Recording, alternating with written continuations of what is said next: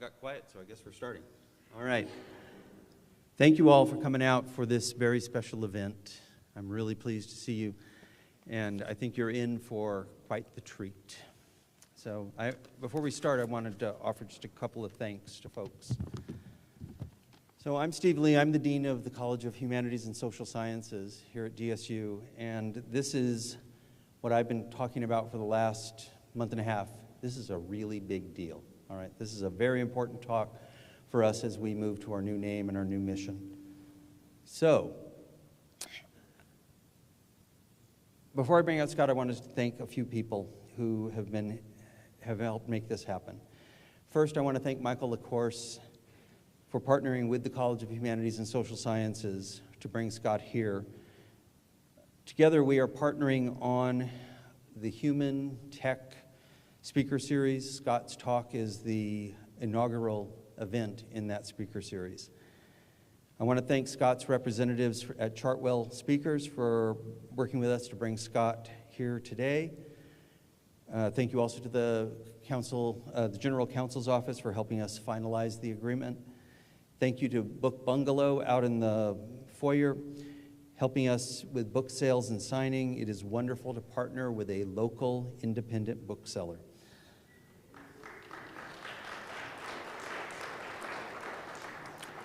I want to thank my team in the Dean's office for making this extraordinary day happen. Cherie Crenshaw put a copy of The Fuzzy and Techie in front of me in the middle of a brainstorming session that we were having about how the college would engage the new university mission and name. That led to a brief what-if conversation, and off we went. Leslie Twitchell, the brains of the operation, has handled so many details to bring us to this talk. She was careful with details, gracious with different campus units, and extremely flexible as we would throw her curveballs and tweaks. She rallied the troops, including Christina Merrill and Cherie and our social media intern Isabella Pereira, to work on promotions and logistics, and I'm going to pause for a round of applause for them.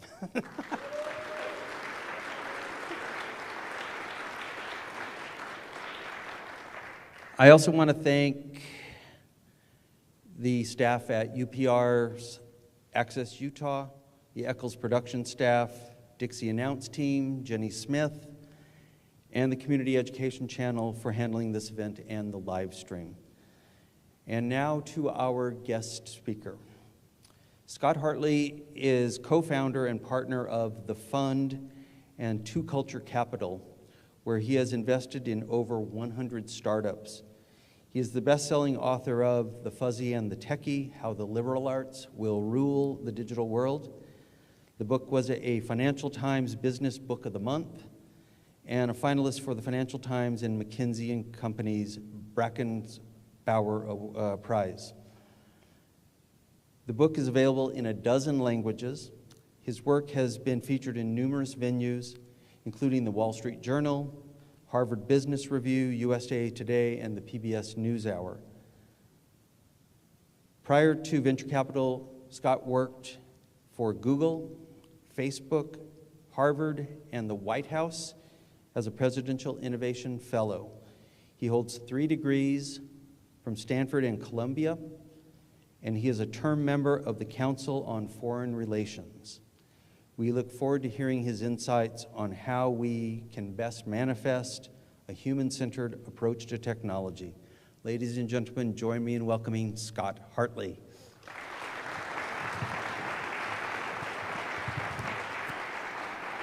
Thank you so much. Yeah. Thank you, Steve. All right. Steve has kept me so busy today that I had to wear my running shoes. We've been running from meeting to meeting to meeting all day, so it's really a pleasure to be here with you all. Can everyone hear me okay? Is the mic good? Perfect, okay. Well, it's really my honor to be here with you all as you make this transition to Utah Tech and blending together the very two sides of the book that I wrote, The Fuzzy and the Techie. We've got copies out front, and be happy to talk to you guys more about that after the talk today. I'm going to talk to you today about sort of the confluence of these two sides of the same coin. So really, when we talk about fuzzies and techies, I'll get into some of the nomenclature of where these terms came from. And really, it's not one versus the other. It's about putting these two sides of the coin together. So let's see if this advances the slides. Perfect. It works. Can you guys see that okay? Yeah, could we dim the lights?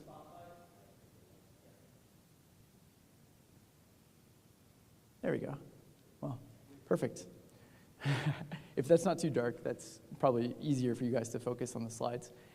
So really, the book is a modern book about technology today, but really the genesis of these ideas go back generations and decades. This gentleman here, Charles Percy Snow, C.P. Snow, delivered a lecture in 1959 that some of you may have heard before, or the excerpts of that talk became known as the Two Cultures Lecture. And he was both a physicist and a novelist who lamented this sort of growing chasm that was happening on campus at Cambridge University, where he delivered this talk. And he said, really, it's about having students that study Shakespeare also understand the laws of thermodynamics, and students that live on the sciences side of campus also reading some of the great works of Victor Hugo. It's about kind of exposure to both of these sets of ideas on both sides of campus. And really fast forward today to where we are. Let's see.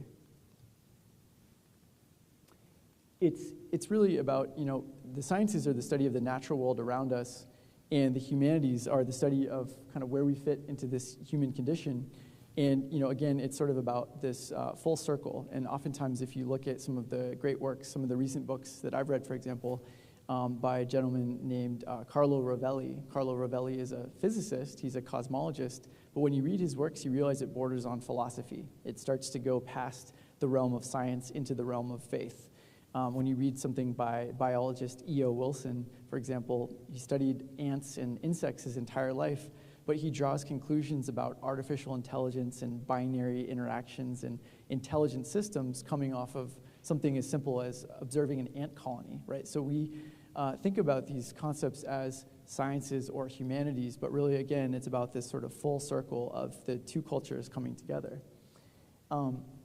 So, where are we today? Fast forward to, 50 years into the future, we use these same terminology of sciences and humanities, but we've also taken on the mantle of different terminology. We talk a lot about things like artificial intelligence and ethics, again, two sides of the same coin. It's about how we sort of bring these two conversations together. Similarly, we talk about, well, hopefully this will work. Data and privacy, STEM versus the humanities. Again, these are sort of two sides of the same coin. And so the lecture that I'll give today is really talking about these concepts of fuzzies and techies as coming together. How do we square the circle of the two cultures here, as Dixie State moves into the world of Utah Tech? It's not about sort of putting one behind the other. It's about bringing the two together to really work in symbiosis. And so I apologize for the clicker here, guys. This is really about, I love this quote by F. Scott Fitzgerald where he talks about really the way to measure intelligence is not sort of the ability to hold one idea or another, to be stubborn or dogmatic. It's really this notion of being able to hold two opposing ideas at the same time in your mind and still retain this ability to function. And I love that quote because I think we have the positions on campus in many of our different lives where we say, I'm right, this is wrong, this is one way of thinking, that's another. And really, I love this quote about kind of bringing together and being able to hold two opposing ideas in the mind at the same time. So the terminologies of fuzzies and techies, these are funny terms. Sometimes people say, well, did you come up with these, or where did these terms come from? I don't know the exact origins, but I do know one story originated at Stanford University, kind of near where Steve and I used to live and work. Stanford University in the 1970s had this kind of lighthearted moniker on campus where people were referred to as fuzzies if they studied the humanities or social sciences, and techies if they were on sort of the science or computer science side of the campus. And really, again, it's about sort of bringing these two sides together. So this is a little bit of what you guys will see outside the door there. In conclusion on this sort of set of ideas, basically it's this false opposition, right? So we were talking earlier today over lunch that there are quantitative social scientists that are pretty deeply technical, and they're on the flip side, there are engineers. If you think about systems engineering, this isn't some rote process. This is a highly creative field, right? So it's about thinking of engineering in terms of creativity and thinking about things like humanities and social sciences in terms of actually having quantitative or technical capacities to them as well. And so, kind of doing away with this monoculture of just the techie or just the fuzzy, right? How do we build skill sets within ourselves, passports? We'll talk a little bit about this in a bit, but how do we build a set of skills where our repertoire is more that we are collecting stamps in a passport than we're sort of negotiating or debating the merits of one destination or another destination, right? There's not sort of one and done destination that one degree title is better than another. It's how do we build the repertoire? How do we build this set of skills that collects stamps from all these different parts of campus and parts of our minds? So taking you guys to a panel that actually happened about a year and a half ago. I guess it was just before the pandemic. I was out on the West Coast, and we had a panel with Marissa Mayer. And for those of you who know Marissa, she was the early product manager, head of product at Google, and then she went on to be the CEO of Yahoo. She's a really compelling executive, but people sort of warned me before I met with her, and before we had this panel, they said, do you realize that Marissa Mayer is a computer scientist? She's going to completely disagree with everything that you say, and you better watch out, you better be prepared. What was really interesting about the conversation that we had was Marissa had these epiphanies where she said, for my whole career, I've been a product manager and I've led product teams at places like Google and Yahoo. But not until this conversation did I realize the influence that one class has had on me that entire time. And she said the class that's had the biggest impact was a theater class that she took as an undergrad. And the reason is because in theater, you're often trying to communicate ideas to an audience, and you don't know how far you need to explain, how much you need to explain to the audience. And if you look at movies, for example, in the 1940s or 50s versus movies today, the way that love was communicated, the way that conflict was communicated is vastly different. And she said, believe it or not, the way that I approach product management is the way that I approached theater in that class.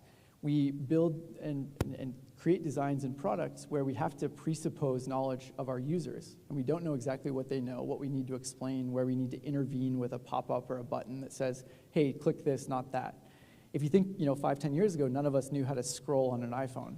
Suddenly with the advent of Instagram and many tools, we now easily know those sorts of interactions. So it was interesting that Marissa took sort of pulling back the covers and having this conversation for her to realize the value of her own liberal arts education in really giving her a skill set that propelled her to success at the head of these amazing tech companies.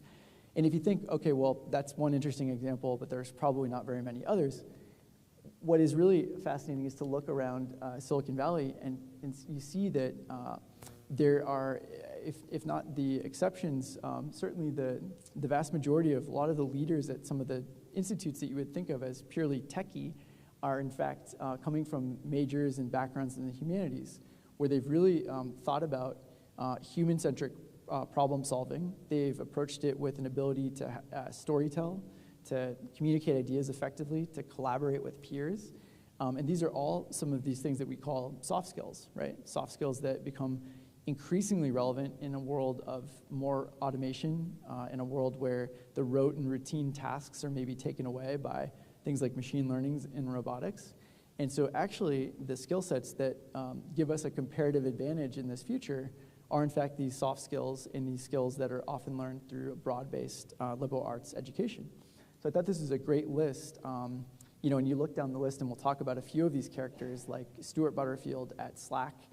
He's somebody who has 2 degrees in philosophy. Alex Karp at Palantir has a degree in sociology. Parker Harris at Salesforce, a degree in English literature. So take your pick, but basically saying to you guys, the world is your oyster, and these skill sets that you're developing, broad-based skill sets, creative thinking, collaboration, all these, the 4 C's, if you will, These are skills that are deeply relevant should you want to pursue lives in academia, but also lives in Silicon Valley, right? And so sort of saying that these are deeply relevant skills, and it's about kind of putting together this full circle, the two cultures of both the fuzzy and the techie. I think nobody would discount the fact that a lot of these people have a technical bone in their body and they have learned to be dangerous with technology. So it's not sort of dismissing one or dismissing the other, but again, how do we put the two sides of the coin together?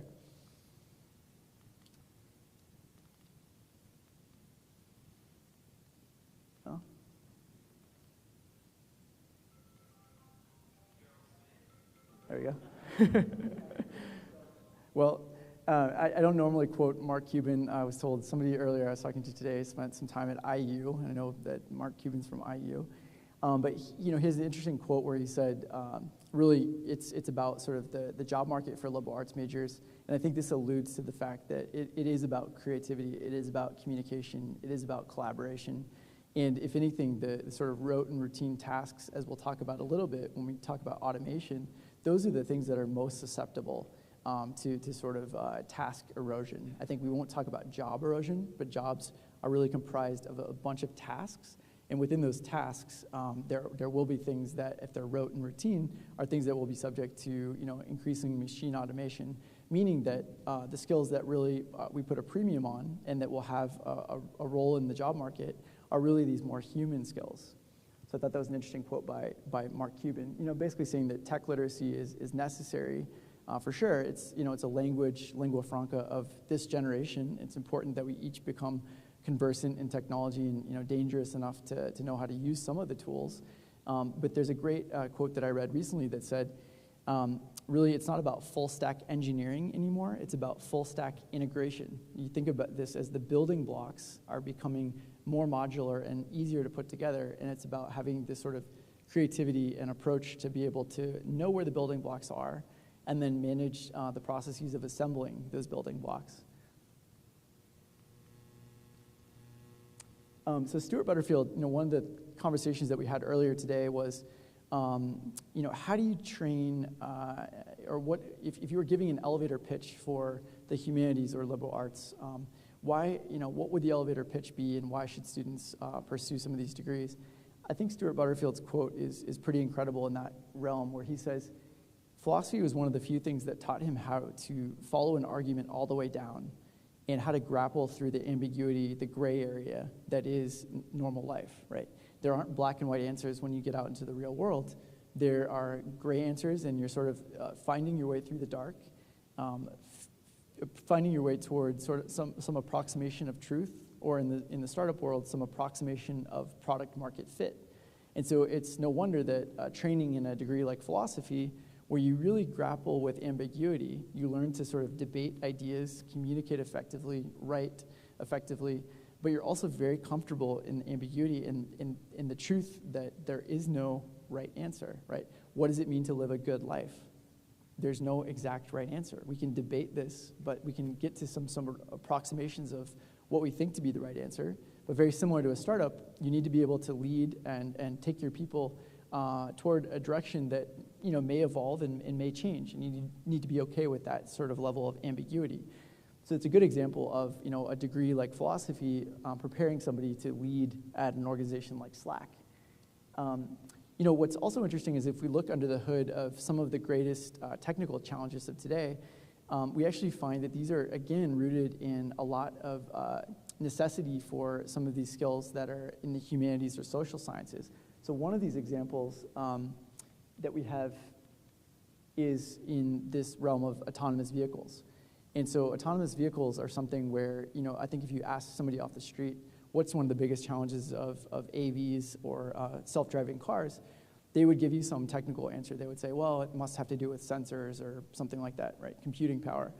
Really, when you go and talk to Google's Waymo, or you talk to the Tesla team, or you talk to the Nissan team, there's a woman named Melissa Chifkin. She's the head of the autonomous vehicle practice at Nissan, and she's a PhD anthropologist from Rice.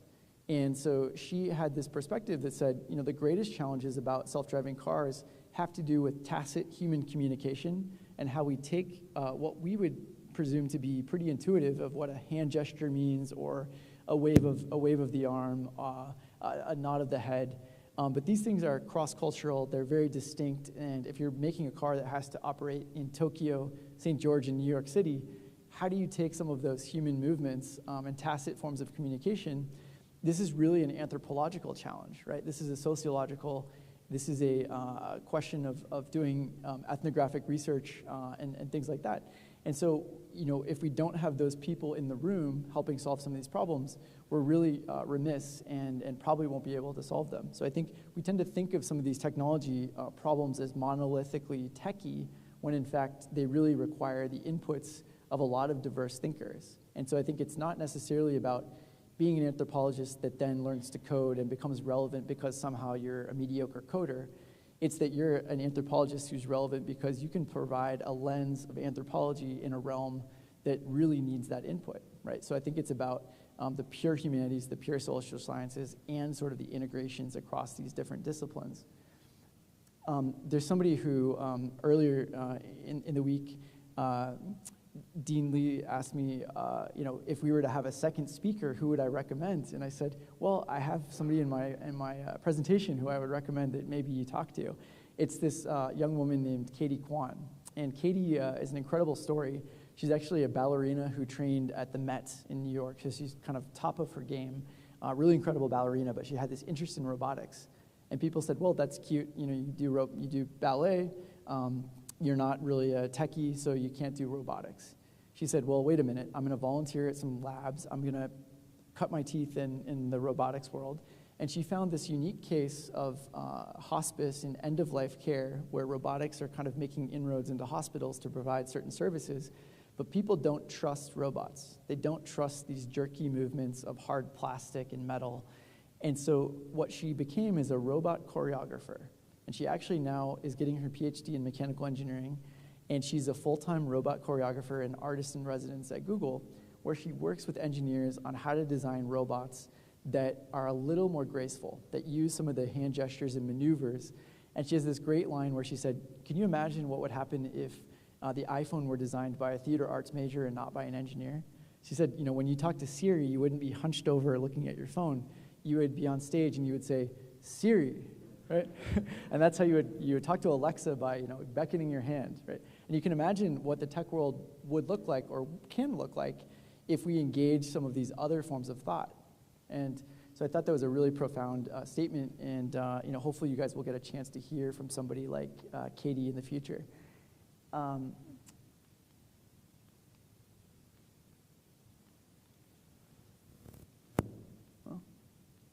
Well, I really like the slide on Katie, so I'll just stay here for a while. Somebody else that is a really incredible person is Tracy Chow. So Tracy actually is somebody who was kind of an engineer through and through. She studied computer science and engineering, multiple degrees, and she was an early product manager at Quora, which is a question and answer website that some of you guys may use from time to time. And she was also at, I believe, Reddit in the early days. And what she found was that the early debates about products have a lot to do with the users. They have a lot to do with people and people's intentions.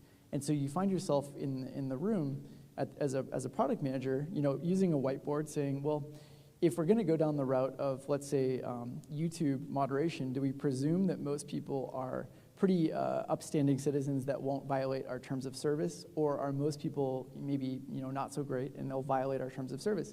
There's two completely different product roadmaps that have to do with how you moderate, how you engage users, how you gate who can come in or who cannot come in. So there are these fundamental product questions that hinge effectively on a debate about human nature.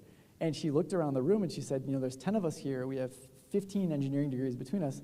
Not a single one of us has ever taken a philosophy class. We need somebody here who's thought about these issues of human nature.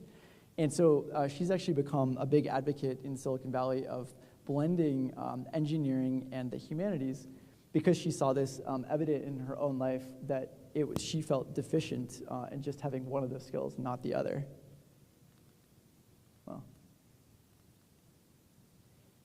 So many of the biggest challenges that we see today have to do with these intersection points. I think that we've all experienced this, whether through COVID and the questions around civil liberties and privacy and and all those kind of questions, not to mention what's been happening with Facebook and data and privacy and all these things.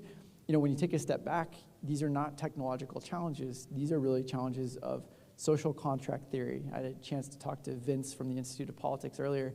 This reminds me of reading, Rousseau or Locke, or these, fundamental books of political theory. These are the questions that we're grappling with in the tech world. And so for those of you studying, thinking about these topics, they're not just sort of the topics of dusty books that you're required to read for some nonsensical reason. These are really the fodder for how you can communicate in this modern world, and how you can read the newspaper and say, these are the exact same debates that I'm seeing in the paper that Facebook is dealing with on a daily basis as what I'm studying in my philosophy or my political theory class. And I think that brings it out of the classroom into a very applied way. And I think that's something that's exciting about where you guys are going with Utah Tech. Somebody else that, interestingly, the book came out in 2017, so it came out a few years ago. Somebody earlier today asked me what have been some of the changes in those last 4 or 5 years. Tristan was, is a small sort of wave maker in Silicon Valley in 2016, 17. He's since created a movie that many of you have probably seen called The Social Dilemma, where really kind of pushing back on tech and being this modern day skeptic who's kind of walking around saying, it's one thing that you think that you're an independent agent making decisions, navigating through the world, but really when you pick up your iPhone and look at an app, you're kind of up against 1,000 engineers on the other side of the glass, right? Those engineers are optimizing to, in some of his words, steal your time. This sort of idea that if you drive, 2 hours down to Vegas, they used to have these things called the one-armed bandits, where you reach over and you pull down the lever, and the slot machine slowly takes your money away. Tristan likened this to the one-finger bandit in your pocket, where you sort of reach into your pocket and you scroll and scroll and scroll.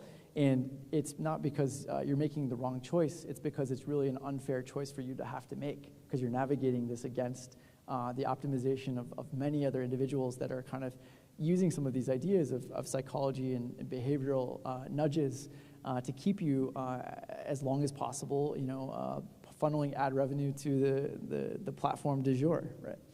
So Tristan has become a pretty interesting spokesperson against the sort of time in the time well spent movement.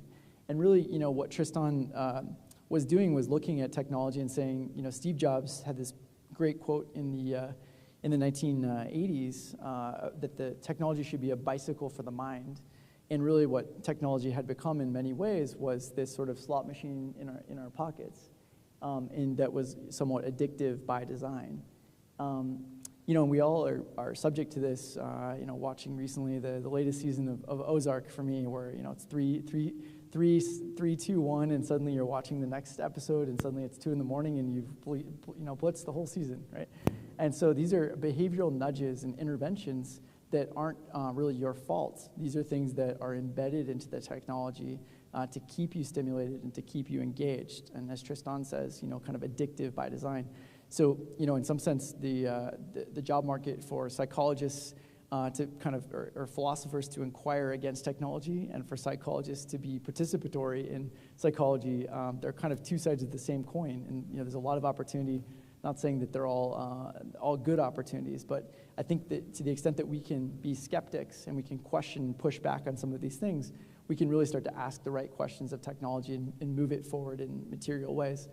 One thing that Tristan has, I think, helped achieve over the last 4 or 5 years is the new Apple time aspect on your phone, where you can sort of set alerts to say, please, alert me when I hit 30 minutes of Instagram, right? Please don't let me spend my entire life on Facebook.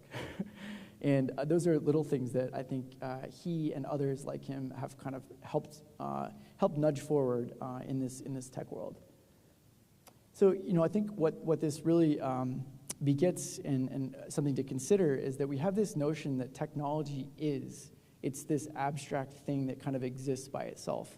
And I think we need to get away from that idea and realize that technology is human-centric, right? It's built by humans for humans, and it's fundamentally influenced by those people that are creating the designs, creating the sensitivities, looking at the data, pulling the data in certain ways.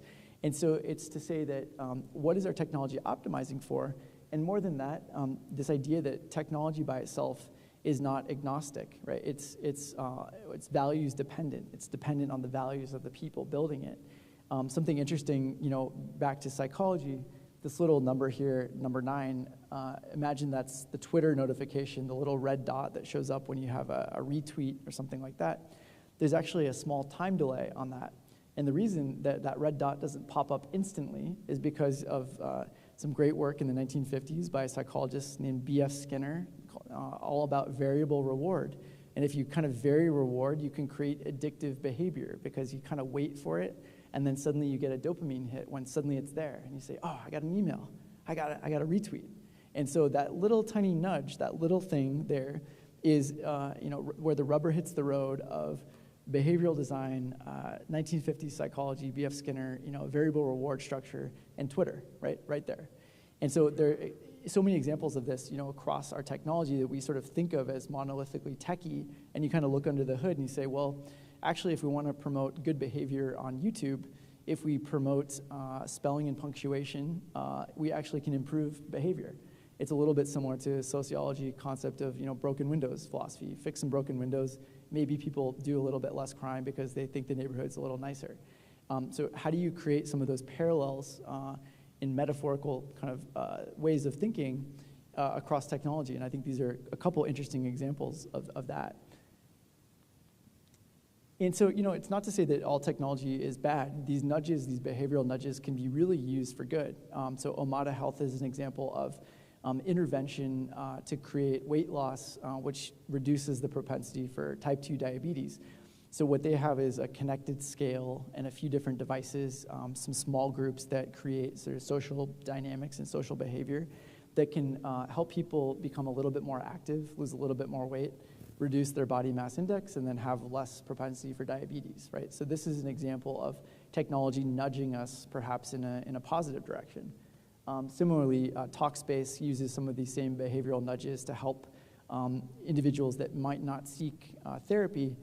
Some communities, former military communities, communities that maybe are at risk but don't seek the help that they could through an app like Talkspace, which is text-based therapy and video-based therapy. So these are a couple examples of how some of these behavioral nudges don't need to be toward optimizing ad revenue.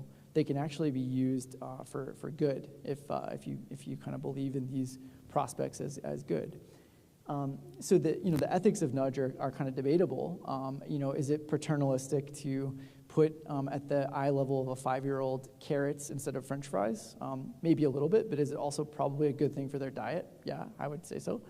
So these small nudges that happen sort of around our daily lives, we can sort of think about them in the abstract, but when we kind of dive into technology, as we will a little bit more, we'll see that these menus and these choices where we think we're making our own independent choices, we're really subject to navigate through technology through the menus that are provided by the individuals on the other side of the screen. So one example of this, for me, this is something that hits home living in New York, surprisingly now for about 10 years, is you get into the taxi cab and you think, okay, I'm gonna get from point A to point B, and at the end, depending on how crazy this driver is, I'll give them a tip maybe. And when you look in the back of a taxi cab, you've got these 3 buttons on the little screen there. And a few years ago, those buttons, they read different numbers. So the buttons used to read 15, 20, and 25. And then a few years ago, they changed the buttons, and they now have the middle default button being 25%. And 2 very interesting economists said, I wonder what kind of impact that had on driver tips over the course of a year. And what they found was actually that this impacted drivers by about $600 a year. And so we might think that we're just independent agents kind of meandering through the world making our own independent decisions. But in fact, this proves that people really react to the set of choices that they're given. And they say, well, the driver wasn't totally insane. I'm not a total cheapskate, so I'm going to pick the middle button, right? And so most people default to the middle button, which led to a $600 increase in driver tips.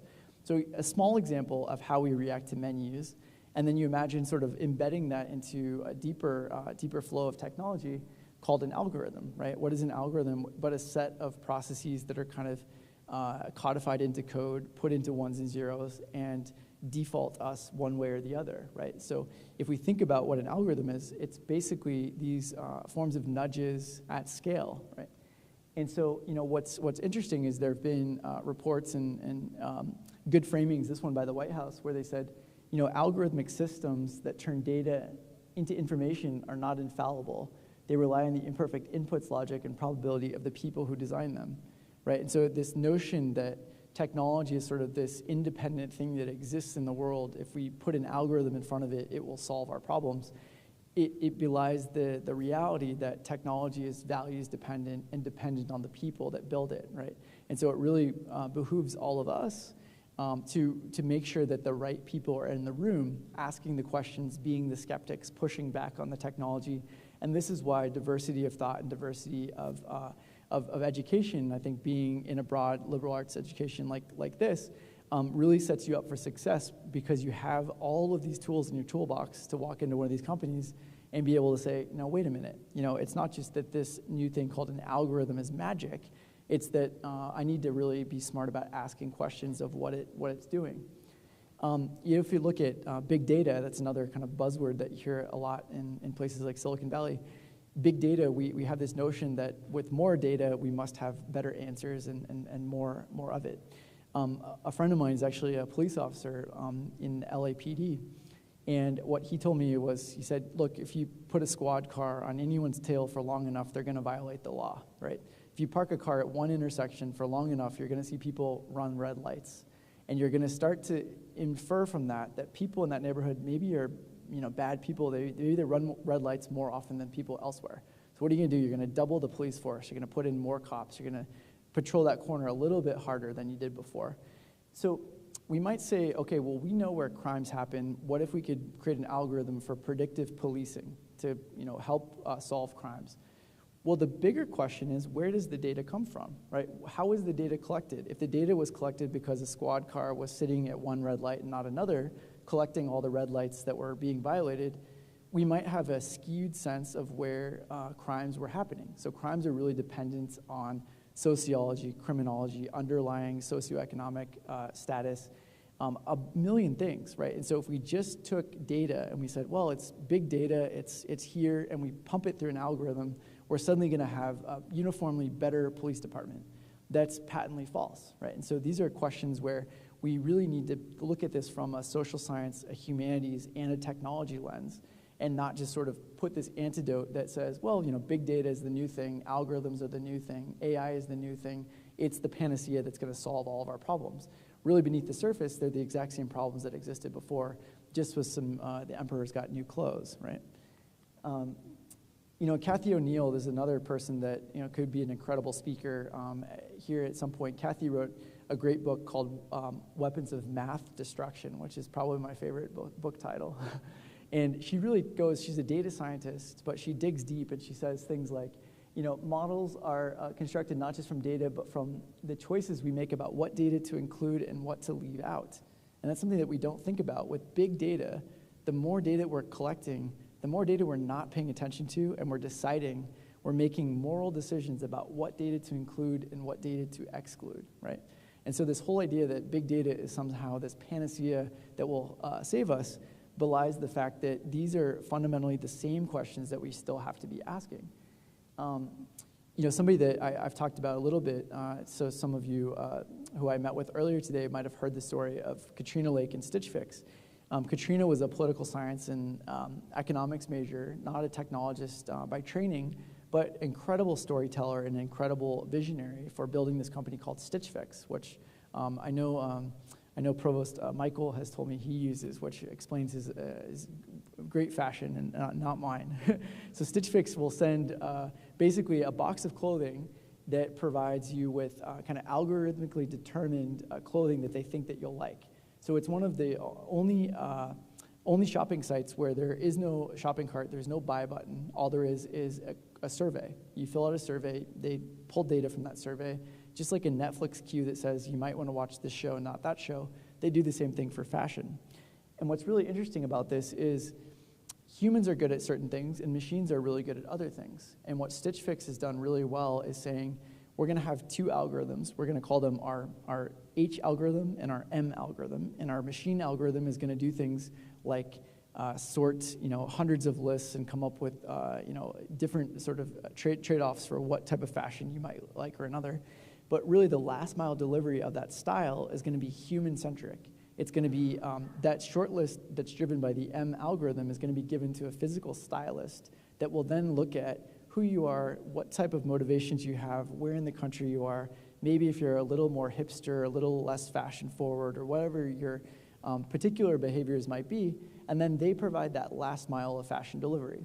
So this whole idea is that this is a company where AI is not taking over jobs. What it is supplementing human stylists. So there's about 4,000 people that are stylists at Stitch Fix, and they're being supplemented by these incredible algorithms that are helping them do their jobs a little bit better.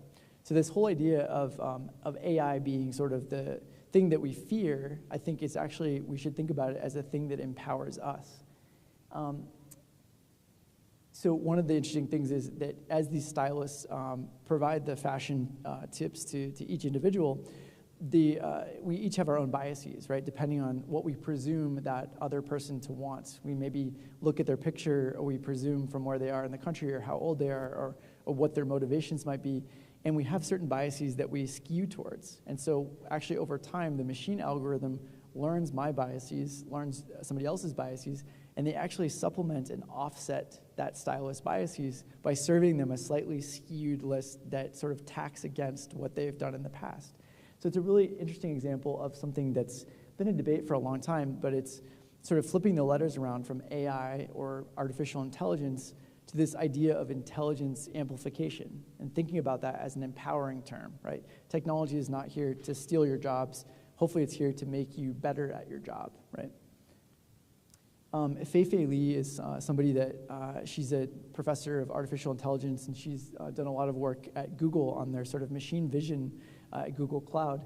She says something that's interesting where, I tell my students not to be misled by the name artificial intelligence. Everything about it is effectively human-centric, right? And so, we talked a little bit about big data, but one of the questions that was posed, kind of a straw man argument by Chris Anderson a few years back. He used to be the editor of Wired magazine, and more recently was the head of the TED Talk series. But Chris asked this question where he said, is the rise of big data the end of the scientific method? And I think this is sort of a big question to pose. But really, if you go back in time, this has always been a question that we ask over and over. There's a great example of a company called Kaggle that some of you guys may have used or heard of before. Kaggle is a platform that was developed by an Australian economist named Anthony Goldbloom. And Kaggle is a crowdsourced platform for companies and different groups to get perspectives on their data from all sorts of individuals. So one of the it's a platform where they provide a bounty or a prize, and any individual can sort of go on Kaggle, look at the data set, and try to solve the problem. It may be about United Airlines wants to optimize their flights in a little bit better way, or something like that, where they might offer a prize for people to participate on Kaggle. One of these early quizzes, competitions was posted by NASA and by the Royal Astronomical Society from the UK. And it was a question that they had been grappling with for about a decade, which is, how much dark matter is there in the universe? And this is something that's far outside of my physics pay grade. But dark matter sort of is this unquantifiable mass that exists, across black holes and all these abstruse, cosmological things. They found that one gentleman named Martin O'Leary, within 10 days, he was a glaciology student in the University of Glasgow. He was asking questions of the data set in a completely different way that NASA had never thought about. And what had taken them about 10 years to come up with an approximation, Martin O'Leary had gotten in about 10 days. And so an incredible example, I think, of not just about having big data, not just about having more of it, but about how we ask questions of the data and how we're thinking about these things from different vectors and different backgrounds, right? And so it really, a fundamentally brilliant platform, because it allows them to crowdsource this idea that, data is not the same thing as knowledge, is not the same thing as wisdom. It's about how we ask smart questions of the data, right? And this is something that goes all the way back to Plato. And interestingly, Sir Francis Bacon asked a very similar question of, is this the end of the scientific method, 400 or 500 years ago? So, with all respect to Chris Anderson, I think the answer is no, it's not, right? In Voltaire, this is a quote that I love as well. Judge a person by their questions, not by their answers. And this is something that some of the students today that we were talking to, if you're in a room and you're finishing a job interview and the person says to you, this has been great, do you have any questions for me? And you sort of sit there and twiddle your thumbs, you're probably not going to get the job, right? They're going to judge you on the basis of how inquisitive you are, your curiosity, how adaptable are you? This job will change and move, and are you actually curious enough to persist and survive in that job? So this whole notion of judging somebody or training somebody to be a smart questioner, I think matters even more in today's world of big data and AI and all these things that we've kind of talked about and demystified a little bit today. There's a gentleman he's a economist at NYU, Arun Sundarajaran, and Arun refers to this concept. I love this because I'm a runner, not nearly as fast as this guy here, but Roger Bannister, I don't know if anyone in this audience knows who Roger Bannister was, but he was the first gentleman to break the 4-minute mile, which people thought was absolutely impossible, right? It could never be done, never ever be done. And Roger Bannister, he did it, and it was in the late 50s. I believe it was on the Oxford track in the UK. And then 46 days later, somebody else broke his record, right? And I think it's a really interesting idea that Arun talks about here, which is the Roger Bannister effect, is that NASA had been looking at this data set for 10 years, trying to quantify the amount of dark matter. They didn't think it was possible to do it faster. They used Kaggle. They had perspectives from all different walks of life, all different backgrounds across the world. Martin O'Leary solved it in 10 days, right? He got closer to what they'd done in 10 years in 10 days. And this whole Roger Bannister effect of if we can have diversity of thought, if we can be open-minded to the different conversations happening on campus, we can not only break the 4-minute mile, not only have the Roger Bannister effect, but we're going to break it again 46 days later and 46 days later, right? And we can get closer and closer to these ideas of truth or whatever the goal may be, right? So all this is to say that it's about big data, but it's also about the context and the questioning, right? So all these different functions. So to kind of wrap it up, we're getting close to the end here. I want to talk a little bit about jobs and automation because that's always a topic that people would like to talk about. What's interesting about jobs and automation is, as we talked about earlier, it centers on the human skills, right? And so, what are the things that are going to remain, and what are the things that will be, whittled away by, whether it's robotics, if it's a kind of a manual routine task, or it's machine learning, if it's a cognitive routine task, And I think a few years ago we had this pendulum swing pretty far to the side of fear. There was a book, Martin Ford's book, The Rise of the Robots, which talked a lot about sort of the pendulum swinging all the way to the robots are going to eat all of our jobs, right? And I think we all remember those days. At the time, 2014, Oxford had a study where they said that about 50% of US jobs were at high risk of machine automation. And this was something that kind of sounded the alarm bells, but I think for a lot of people, they said, this is not accurate. This is just sort of rough cut science that needs to be evaluated on a deeper level. So McKinsey actually did a study subsequent to the Oxford study where they said, well, let's take a step back. It's not about jobs. It's about tasks, right? Jobs are filled of hundreds of tasks. We all have jobs that have some things that are boring and routine and some things that are highly specialized and non-routine. And so let's take a deeper dive and look at tasks in the form of what's a manual task and what's a cognitive task. And then what's a routine task and what's a non-routine task, right? And if we think about what is robotics and what is machine learning, we talk about these things a lot, but really where they make inroads are, routine automated, routine tasks that are both manual, that could be automated through something like robotics, or routine tasks, rote tasks that are cognitive that, we were joking earlier today that there used to be a job title called, believe it or not, calculator, right? Before we had the device called a calculator, there was a job called calculator. And it just so happened that that job was very rote and very routine and very predictable, and we eventually built a machine that could do it better than people.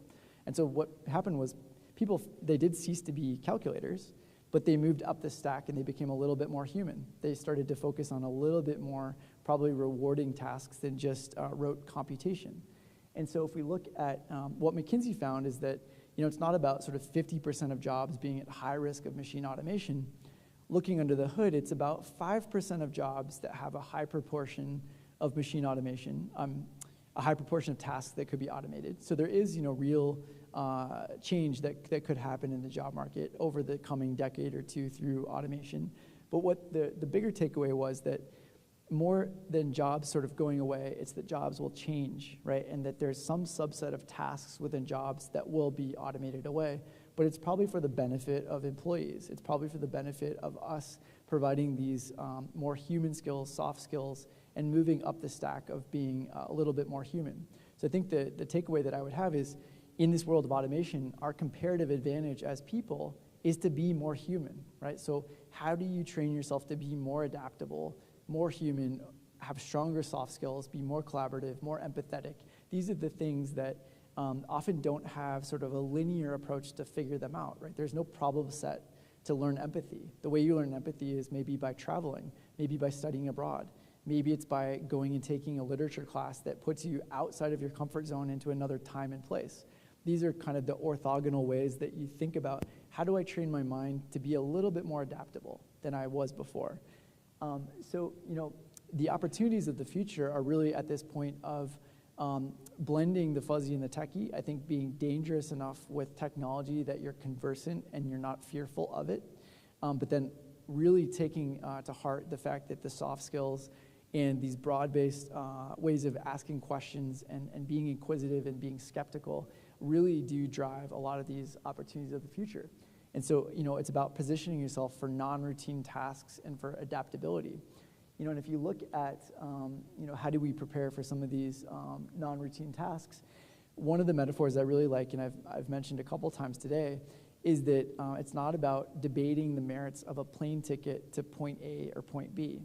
It's about us building a repertoire. It's about us building a passport of stamps that are across a bunch of different disciplines that give you that flexibility of mind and that confidence as you go into the job market to not just succeed in your first job, but to be adaptable, that you can succeed in your job 5 years in, 10 years in, 20 years in.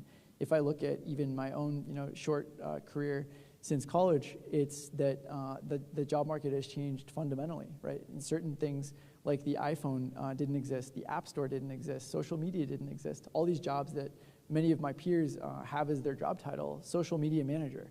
When I graduated college, that wasn't a thing, right? So there is always going to be this ebb and flow of what's out there, whether it's robot choreography or a drone pilot or what are the jobs of the future. It's really about how do we develop these adaptable skills and think about our educations as passports rather than plane tickets. And so in closing, it's about high math and high social. So David Deming he's an economist at Harvard, and he talks a lot about where is the job growth of the future, and it's really, he puts it in terms of high math, high social. I put it in terms of sort of fuzzy and techie, kind of rounding the circle together, but I think we're seeing the same thing. It's really about kind of putting both sides of the coin together, like C.P. Snow was arguing, all the way back in 1959. And Eric Schmidt, persistence and curiosity, says this is what really does it for people at Google when you look at success over the long haul. And ultimately, as Tim Cook said at the MIT graduation a couple of years ago, something that we all need to be conscious of, it's that we should be less fearful of technology taking over our jobs and taking over what we are as people, and more about how do we imbue people with the right ability to question and the right compassion. So how do we make humans a little bit more human? So I'll leave you guys with this great quote by Tim Cook. I'm not worried about artificial intelligence giving computers the ability to think like humans. I'm more concerned with people thinking like computers without values and compassion. And I think that sums it up pretty nicely. And with that, I think that we might have a couple minutes for questions. And otherwise, we've got books out in the lobby. And thank you guys for being here.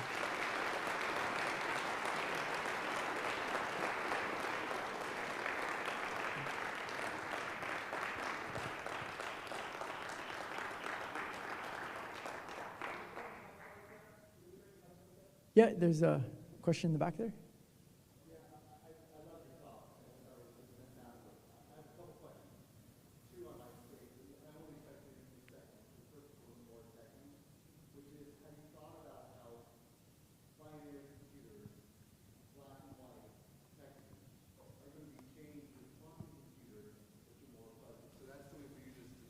Yeah. But the question I want to ask the group is another question of the black and white versus the gray area is misinformation. Mm-hmm. How do you define misinformation? How do you know what is the truth? That's more of a philosophical question. So maybe have a comment on. Yeah, it's both incredible questions. I don't proclaim to know very much about QC or quantum computing, but it's this whole new potentially hypothetical, but probably coming soon form of computing that's much, much more powerful, because rather than sort of computing in terms of binary, which is a 1 or a 0, either or, it's basically infinite set of possibilities between 1 and 0, right? The quantum states of what could be. And so it's obviously there's incredible promise in that world, but that's an interesting framing. I'd never thought of that as more fuzzy. But in a sense, it really is, right?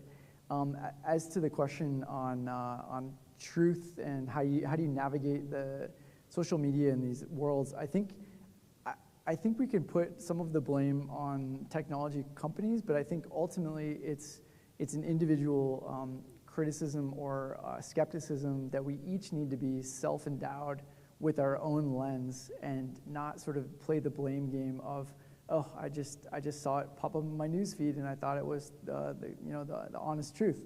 I think we all need to be skeptics in our own right and sort of kick the tires and probe what's out there and really kind of look rigorously under the hood of, what is the way in which the data is collected? What is this, and I find myself doing this constantly.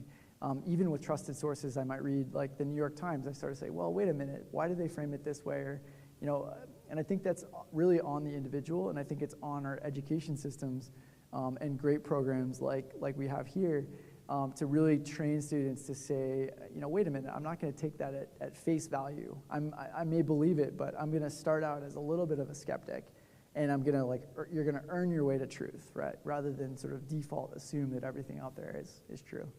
But those are both really interesting questions. Thank you. Yeah, more here.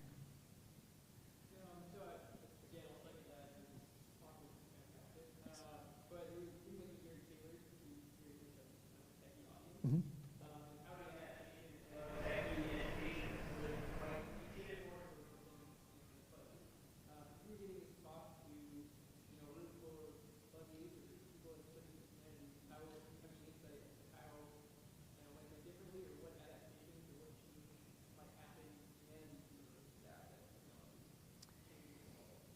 Yeah, it's this whole idea of the kind of full stack developer and the building blocks. What's really interesting is this concept. I think it's a concept from psychology about chunking and sort of blocks getting bigger and bigger. If you think about why phone numbers are 7 numbers, 7 numerals, it's actually from memory and sort of chunking. We can remember 3 and 4 pretty well, but if we just had 10 random numbers that were all in a row without those divides, it would be much different. So I think that for humanities students, it's about sort of learning what the building blocks are and being technical enough to sort of be able to navigate the tech world and converse in the tech world, but really not needing to go beneath the surface to understand exactly how to code something or whatnot, unless that's your passion. So I don't know if I'm getting to your question at all, but I think that it's not about sort of mastering both sides necessarily. You can be passionate about just the humanities or be passionate just about learning to code. And I think that this talk really kind of speaks to both audiences, hopefully, where people can say, it's about pursuing my passions and it's about sort of stitching together the two pieces as best I can. I think the trickier thing that I've encountered are folks that have a more linear approach. For example, if they come from a problem set mentality. I gave some talks on this in India, and I made this joke a couple times today, so I apologize for those in the audience hearing my terrible humor for the second or third time. But basically, I was sitting at a roundtable discussion in India where somebody said, I've got all these engineering skills, but I really want to get better at my soft skills. I want to get better at empathy.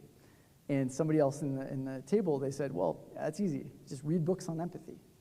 And he said, well, there is no like Tim Ferriss 4-hour work week way of learning empathy. You got to do it the hard way. You got to do it the roundabout way. And I think in some sense, humanities majors have an advantage because you've got this flexibility of mind and ability to sort of already know that you're on this exploration and sort of add to the repertoire. I think for some of the folks like this group that I was talking to in India, they were looking to approach some of the learnings of soft skills in a way that was very linear and very difficult to learn those skills. It really requires kind of having this roundabout, orthogonal way of learning some of these things that may require something that slows you down, that takes you a step back, that just requires reading great books of literature and taking your foot off the gas. And that's maybe the best way to learn something like empathy, right? So just some thoughts. Yeah, there's a question in the back.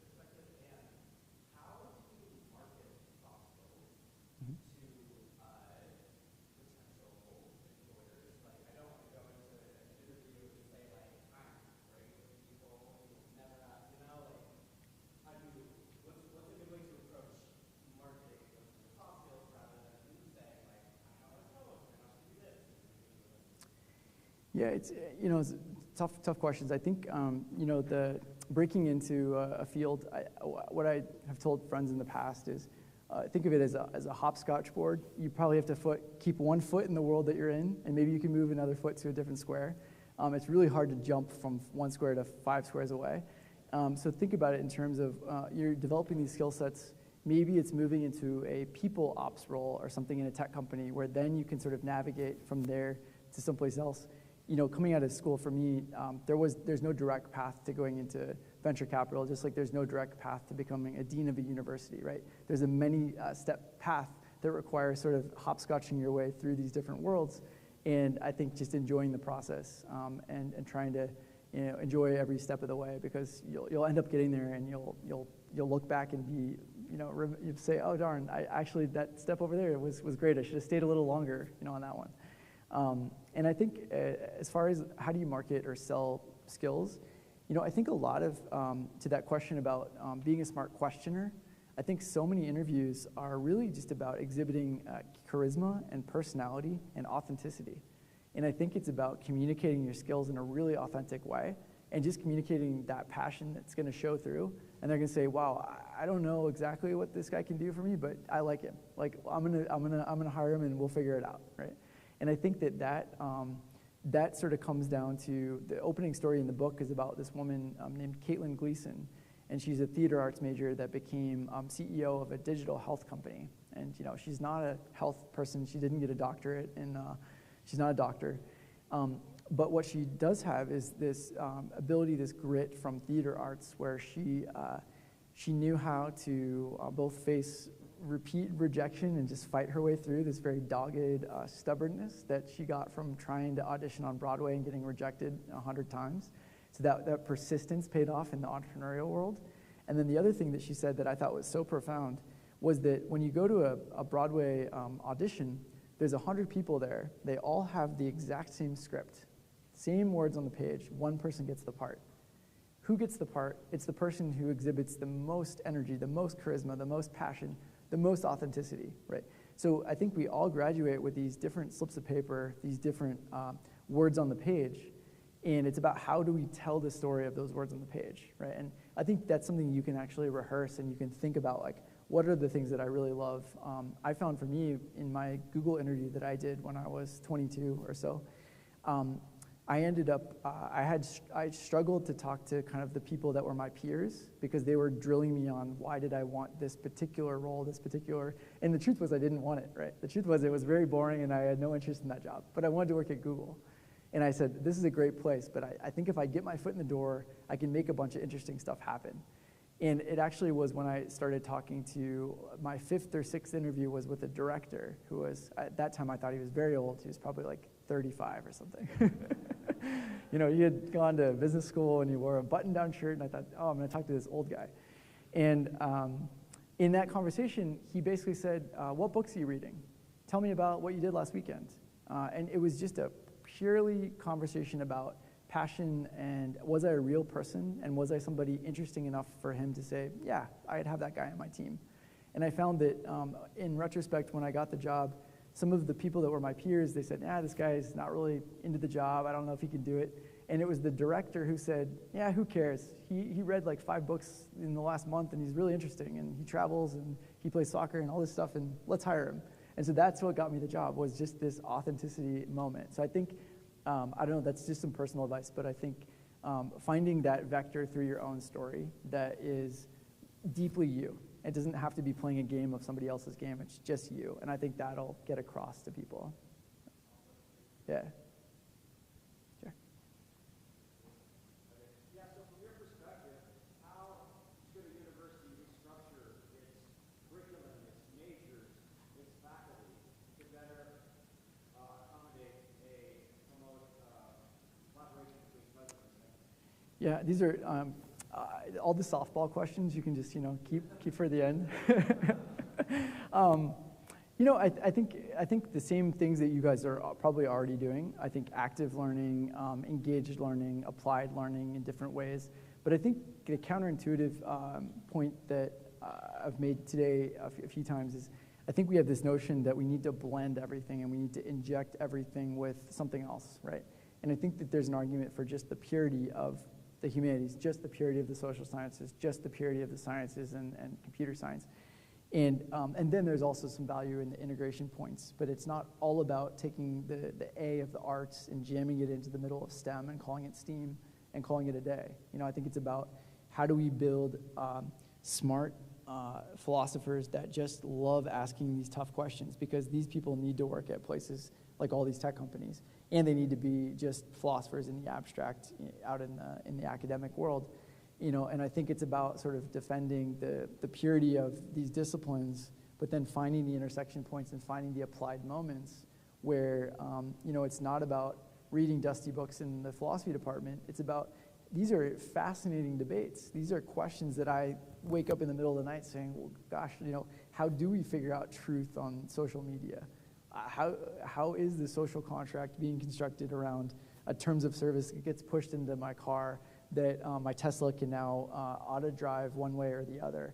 These are fundamental philosophical questions, social contract questions, and so where the rubber hits the road on these conversations are fascinating applied philosophy classes, fascinating applied ethics classes related to biosciences, and so all these different intersection points, I think, just harvesting those intersection points for different types of courses that I'm sure students would absolutely love to take.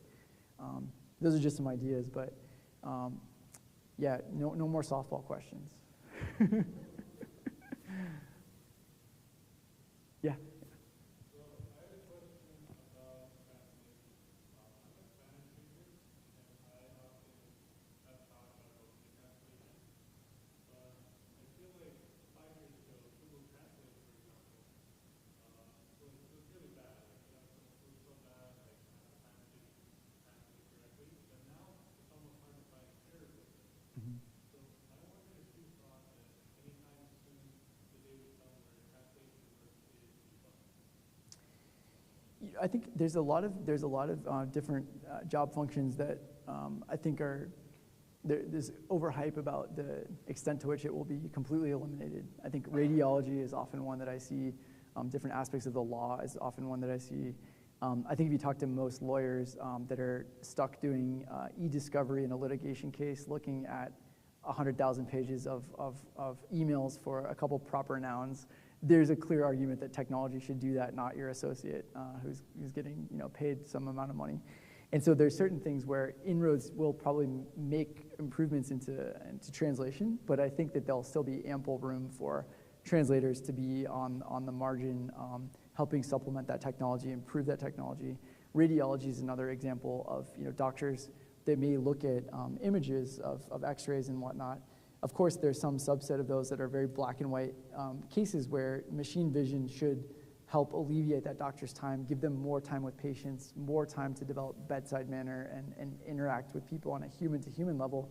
And so if you talk to most radiologists, they say, well, I would love to have more machine automation in my job because it actually means that I get to be more of a person and less focused on the black and white cases and more focused on the really fascinating corner cases that take a little bit more skill and nuance to sort of diagnose.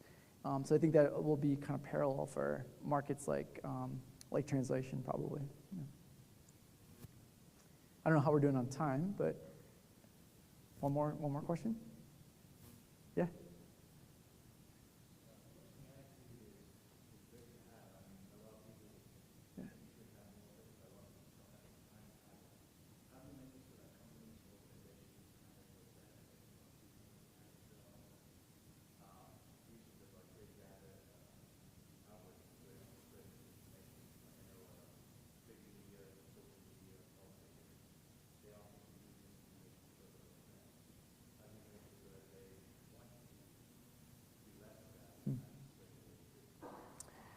I don't know.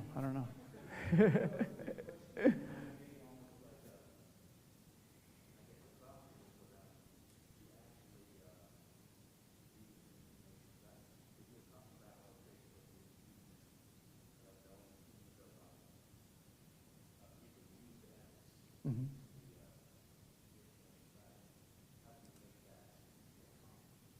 Yeah, I don't know exactly the question, but I think it's how do you create the right incentive structures so that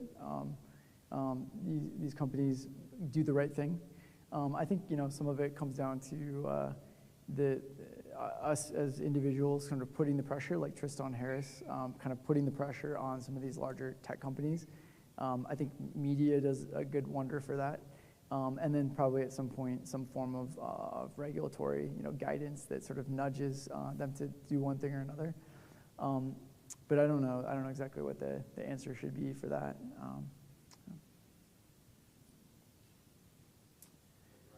Yeah. Well, thank you guys so much, and we'll be outside just after.